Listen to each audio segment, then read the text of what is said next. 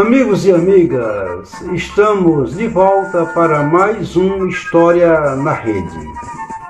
A semana passada nós perguntamos a vocês se vocês sabiam onde foram construídos os cemitérios do cólera em Barbalha pelo padre Ibiapina. Pois bem, aqui estamos para tentar darmos uma resposta para esta pergunta.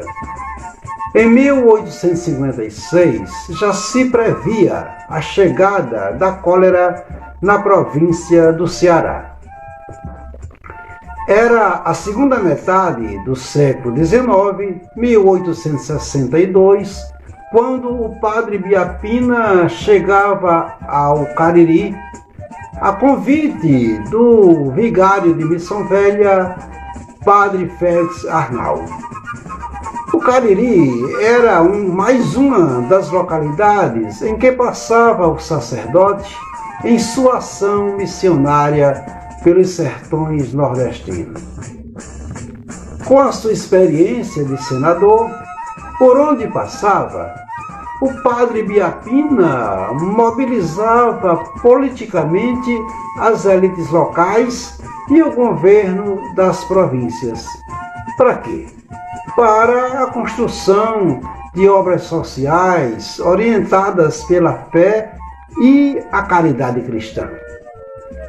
Nesse tempo, o catolicismo era a religião oficial do Estado e fazia a gestão da igreja associada com o império, onde o império nomeava padres como vigários das localidades através de leis provinciais.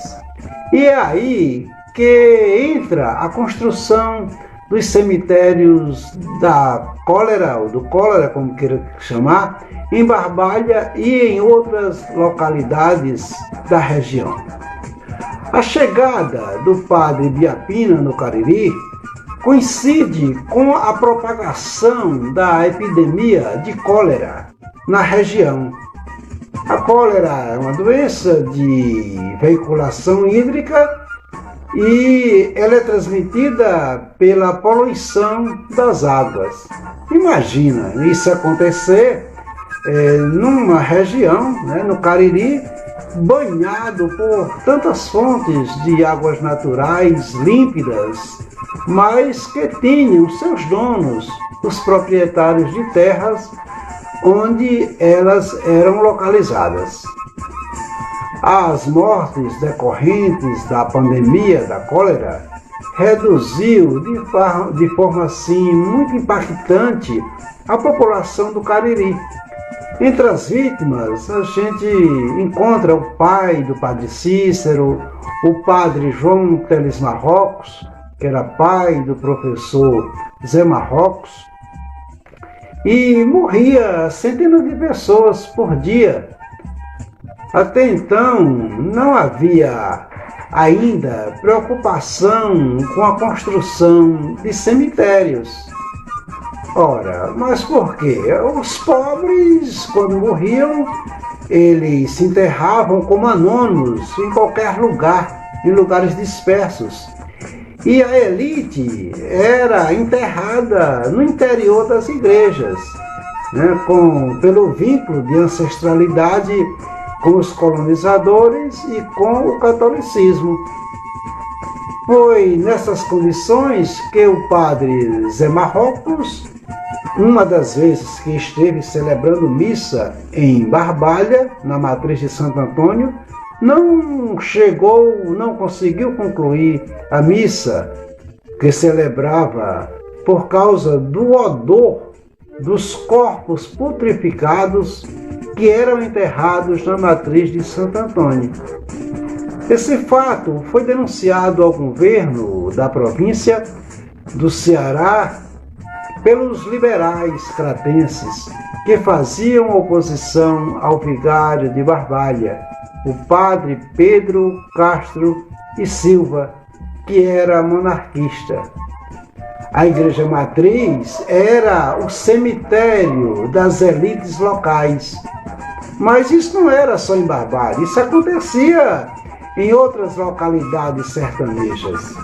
Assim, era um momento em que diariamente se morria muita gente, onde os corpos ficavam espalhados no chão e no final do dia iam sendo recolhidos e jogados em grandes valas construídas justamente para enterrar os mortos da cólera.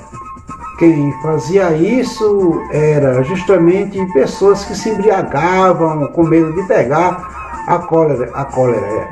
Muitas vezes, né, segundo Irineu Pinheiro, alguns eram enterrados vivos e conseguiam sair do túmulo, né? Mas aguarda aí que a gente fala já sobre a localização dos cemitérios da cólera em Barbalha.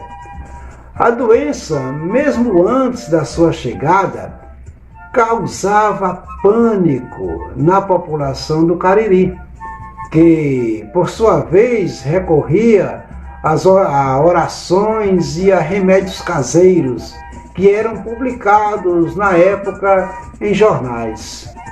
O medo pairava sobre o povo e a cólera terminou chegando no Cariri.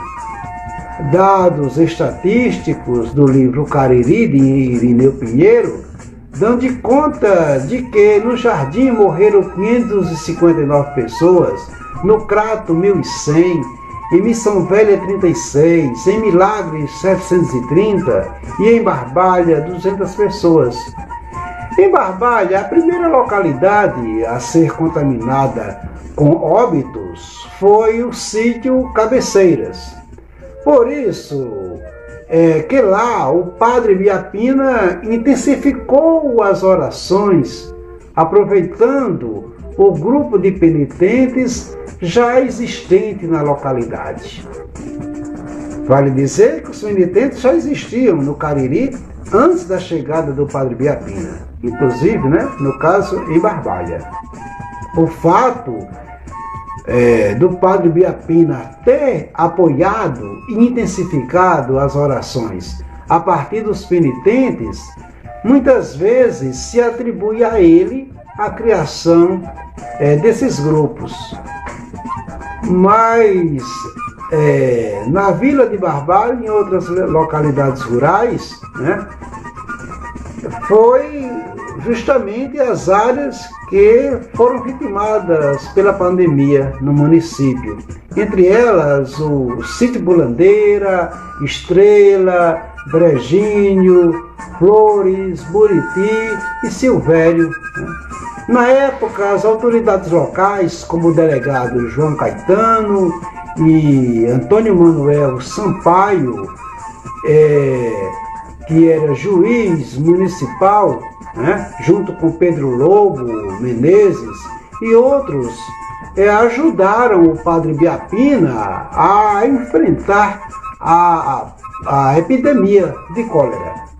Pois bem, agora chegamos aos locais dos cemitérios do cólera em Barbalha. Um deles corresponde ao cemitério do sítio Cabeceiras, justamente por ser a primeira localidade onde ocorreu os óbitos, as mortes, né? E naquele sítio se construiu o cemitério, que é aquele que a gente avista na rodovia Lírio Calou, quando se vai para Arajara, né?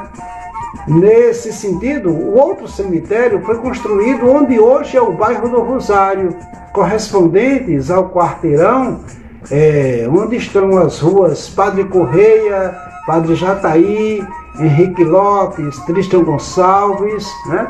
E outras, né? O local foi um local escolhido de forma estratégica pelo padre Ibiapina, né? Por ser uma área de alto relevo e que era distante da vila de Barbalha. Inclusive, até a década de 80, era comum moradores dessas ruas conviverem com os túmulos em seus quintais, né? Como marco, né, da pandemia. Agora, pandemia não, da epidemia, justamente. Agora sabemos mais uma vez qual a relação dos lugares, né, com a história. Curtam e compartilhem esse vídeo. Fiquem atentos, porque na próxima semana nós estaremos aqui abordando mais uma temática no nosso História na Rede. E se é na rede, vamos balançar.